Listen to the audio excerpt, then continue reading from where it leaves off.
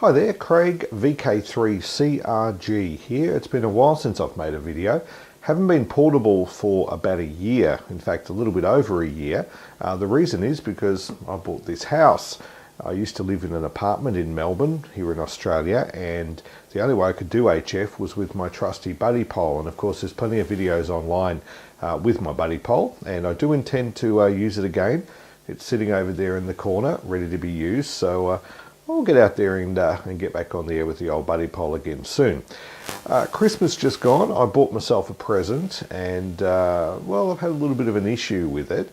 I'll tell you about that in just a moment. Of course, if you want to go portable with your radio, there's plenty of ways you can do it. A lot of people have a lot of success with little QRP type radios, something like this one here, which is the FT817, my trusted little FT817, which I must admit I haven't really used a lot, but when you consider that there's everything in here from a 160 meter radio all the way up to 70 centimeters, and everything in between, all mode, a beautifully built little radio. A lot of people use these as an exciter, if you like, for working other bands and for plugging into power amps and all sorts of things, linear amplifiers, etc. But a beautiful little radio with its own inbuilt battery pack.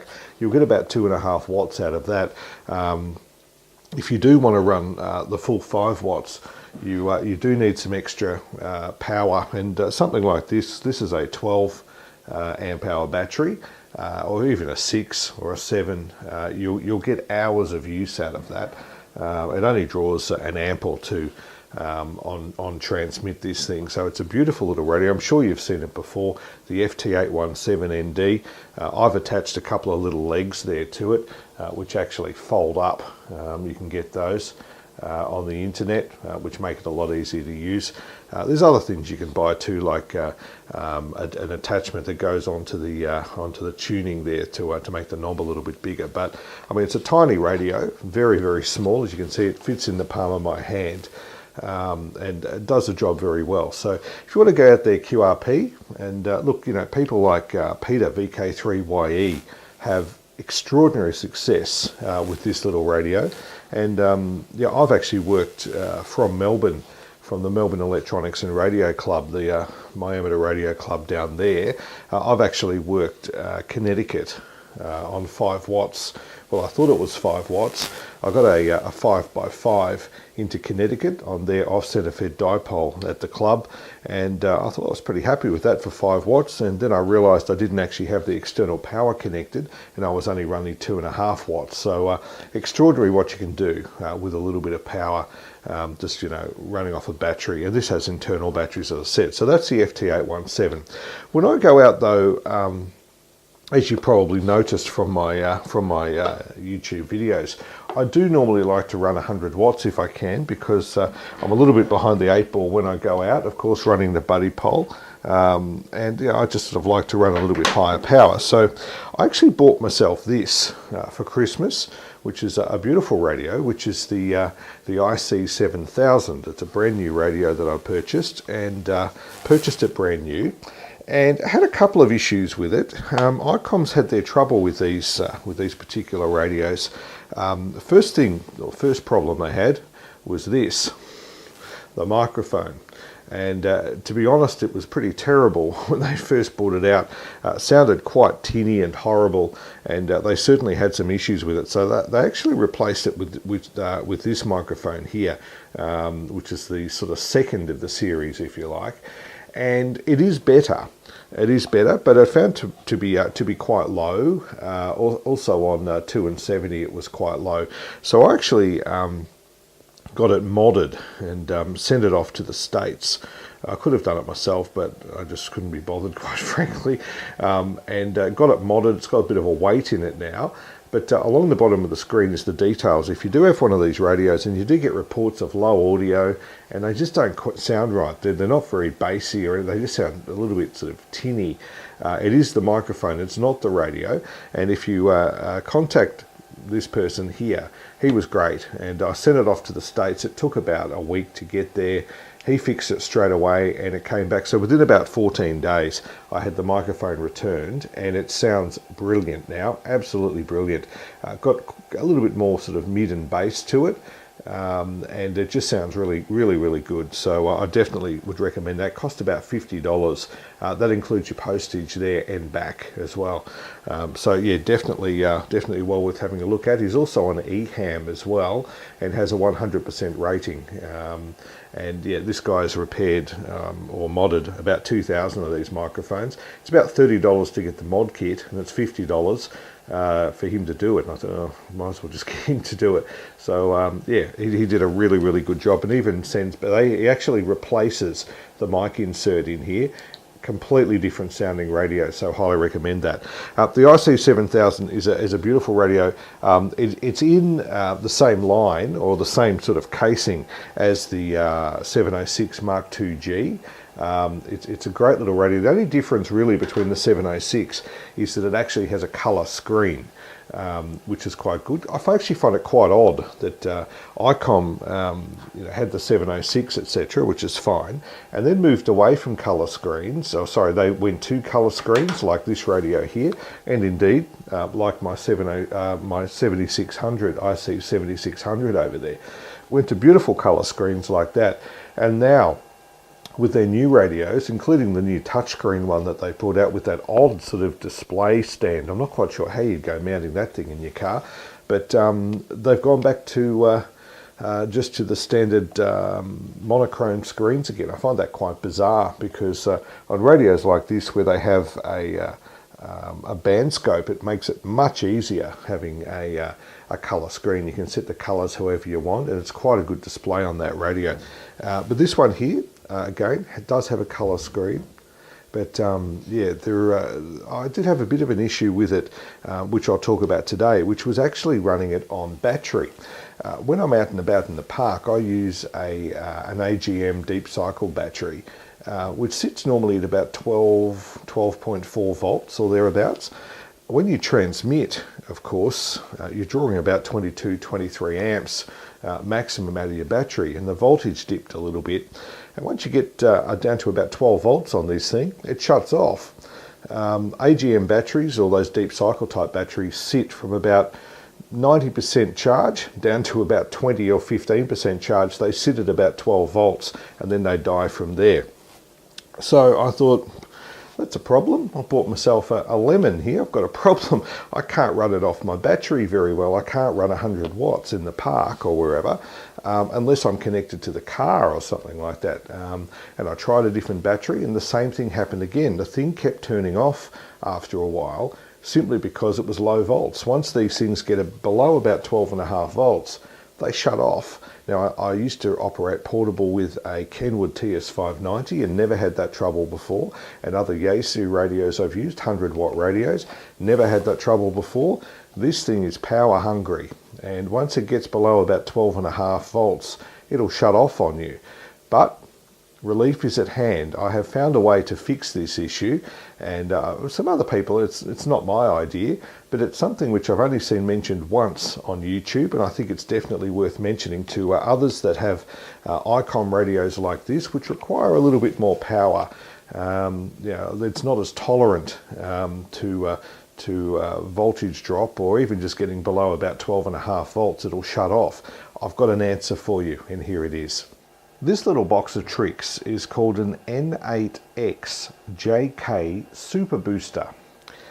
Now, it comes from the States. It was on sale for about $200, and you can grab it from tjelectronics.org, the website on the bottom of the screen there. Now, what it does is, if your voltage is at around 13.8 volts, it will just pass the voltage straight through. So it'll go straight through from your battery. But as your battery starts to go flat, or as it starts to drop down to about anything below 13.8 volts, what will happen is this little box of tricks here actually keeps the voltage up. So if your battery, if you feed 12 volts into this thing, it will still spit out 13.8 volts, or whatever voltage you set it at, up to 15 volts. Now, the way it does it, it uses a switch mode type system, a bit like a power supply. But it does it in a very clever way. The First thing I'll talk about, there's three actual modes on it. First one is bypass, which, as the name suggests, it just passes the voltage from the battery straight through without boosting anything. The next one is full time. Now, full time, as the name would suggest, actually boosts the voltage all the time. Okay, so if you're feeding 12 volts into it, you will get 13.8 volts out of this thing. And can I just also mention that it handles up to 40 amps as well. So as the voltage drops, even if it goes down to 10 volts, you will still get 13.8 volts out of this thing. The other settings is very, very clever, which is RF enable. Now what that does is this SO239 on the front here. What happens is you actually connect a T-type connector to the antenna socket, and the way it works is a cable from your radio goes here, cable to your antenna goes over here, and 100 watts of RF, of course, is present at this T junction here as well into the SO239. Now this thing can handle up to 100 watts of RF. And what happens is when you are on receive, obviously your radio doesn't use a lot of current. It may only use an amp or two maximum. So your battery should be able to handle that no problem. But when you switch into transmit mode, this thing will start boosting, and that's when you need it, isn't it? I remember when my battery, when I was out portable, I could receive fine, but as soon as I hit transmit and started talking, the radio would shut off. So in this mode, it's extremely efficient because in receive mode, it's not boosting at all, and there's no nasty relays or anything like that to click or clunk or anything like that. So a very, very clever idea. Now, something else which is also clever about this device is that it only boosts what it needs to. So if you've got 12 volts going into this thing, it only needs to boost 1.8 volts. So what it does is it feeds the 12 volt from the battery straight through it, and it adds the 1.8 volts only and then feeds that out. That actually makes this unit over 90% efficient, and it's an excellent thing. It works really, really well. Very well designed and very hardy as well. As I said, remember this can handle 40 amps.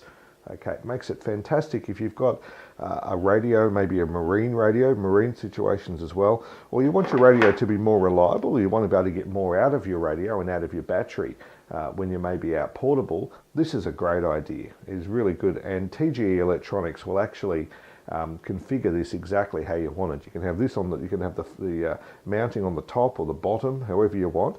It is also fan thermally cooled as well if you need it. On the top, that will automatically kick in.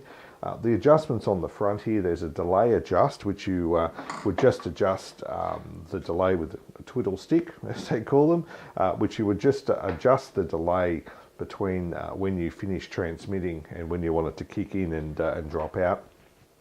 The other selection here is a voltage adjust, which is what you adjust the output voltage on it. So if you only need 12 volts and don't need 13.8, then that's what you'd set it at. Okay, so I've bought the option here, and again you can have the mounting on the bottom or the top or wherever you want it. What this unit here does is actually plug into the back of the actual booster. I can remotely control it by turning it on and off. It actually comes with a 10-foot cord between the booster and the unit for no extra cost. This is about $60, $50 or $60. But the idea of it is, this is your input voltage from the battery, and this is your output voltage from the actual booster circuit. So as you can see at the moment, I'm putting in about 13.9, 14 volts, and I'm getting out 13.8. Now, this is good. So now I can actually show you how it works. So if I turn the voltage down, you'll see the voltage is starting to drop there. You'll notice that the output voltage, even when I turn it down to even like 11 volts, etc., even when I turn it down to 11 volts, is still 13.8 volts. Okay, and again, that will handle up to 40 amps. So your average radio, like the IC-7000 or an 897, etc., will draw about 20, 21 amps maximum. in transmit mode. So this thing here can really do the job really well. Now I've adjusted it so once it drops down, so you'll see here, I've dropped it down to, well, even 9.5. It's still putting out 13.6, 13.7 volts. It does come up here though with the low battery alarm at that point. So I can turn that back up again. Okay, I've got it set just to show you how it works here for about 10 volts. And again, it is still 13.8, 13.9 volts. And this thing will run a radio at full power when your battery into it is only about 9.8, 9.5 volts.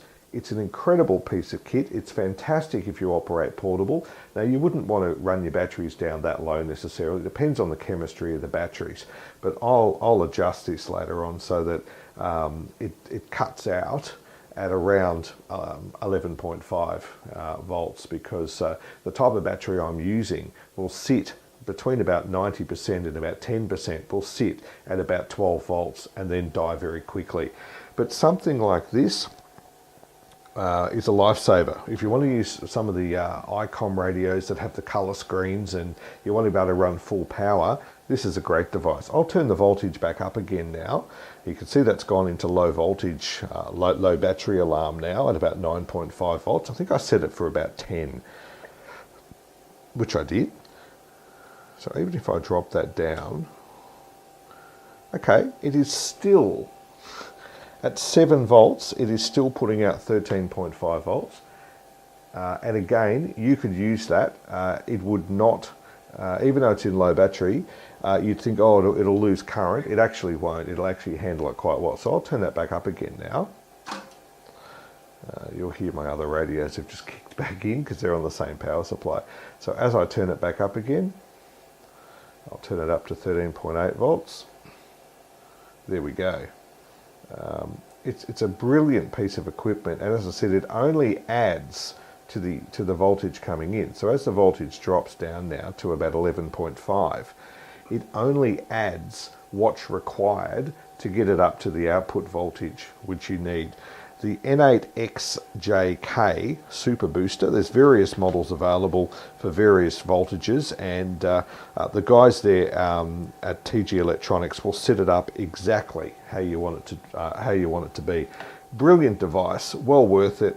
And even if you don't have a radio like this one, which uses which requires 12.5 volts before it'll die on you, it's fantastic because it actually will give you a lot more use of your radio, and also stop voltage sag, etc., which can happen when you're transmitting at high power.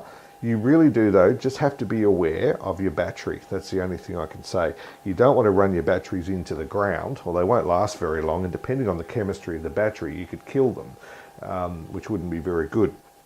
But definitely worth looking at. There's only one other video on the internet that I've seen, which is a demo of how this thing works, but definitely worth looking at if you're operating 100 watts and you have a radio like the IC-7000, even the 706 Mark II-G.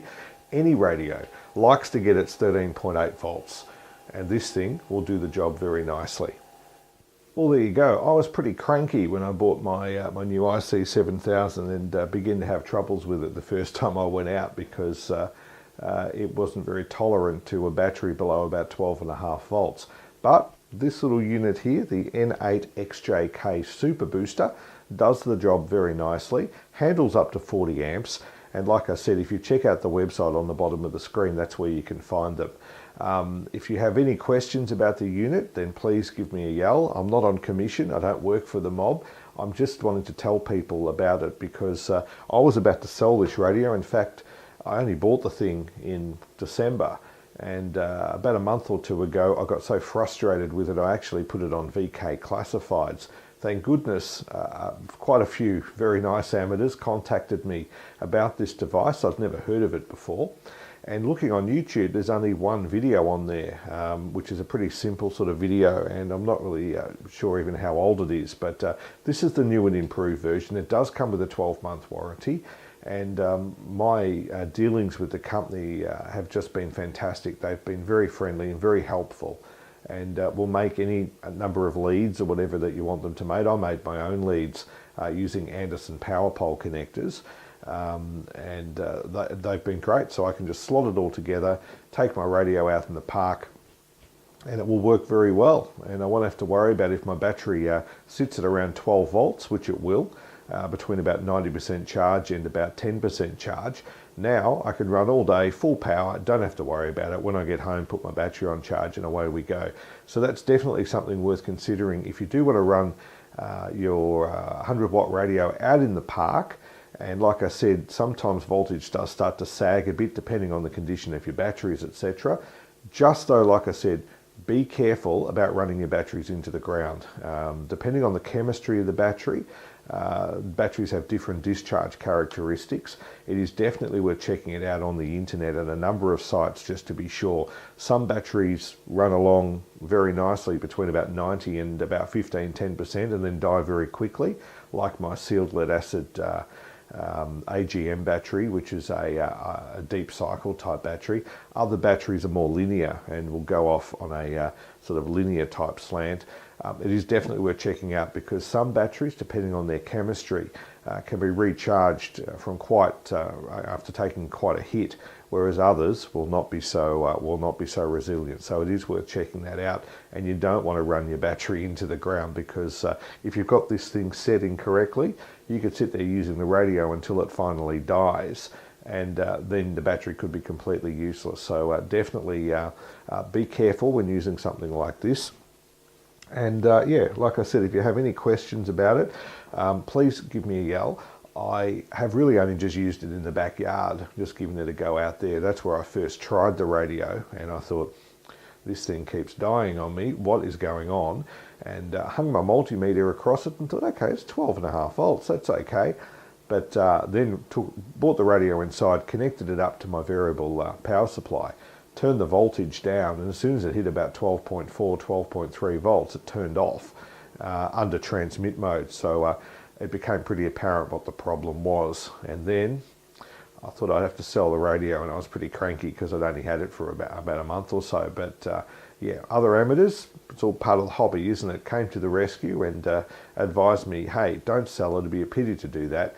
Try one of these things, and I'm very glad that I have. I've tried it in the backyard and even tried it on a really horrible old battery that I had that only spits out about 10 volts, and I used it for hours. So definitely worth looking at. I'm going to start posting more videos once I get out and about a little bit more. Thanks to all those people that have contacted me and subscribed and have said, hey, we haven't heard from you for about 12 months. What's going on? I'm still here. I've got my air-conditioned shack here with electricity and running water and a toilet just out there and a fridge. And yeah, I haven't been out in the park for about a year, but I really do like doing that. And they've got a nice antenna in the backyard. So it's very good just to be able to sit here and play radios from inside my shack here with my nice new 7600. But I really do miss going portable, and it's a whole lot of fun. And there's something to be said for going out in the park and putting up the little buddy pole and seeing how far you can get on it. All right, that's it for now. If you have any questions, please feel free to ask me or make any comments. But I would highly recommend this unit. And like I said, the website's at the bottom of the screen. If you have any questions, feel free to ask me. 73 from the Radio Shack, a VK3CRG.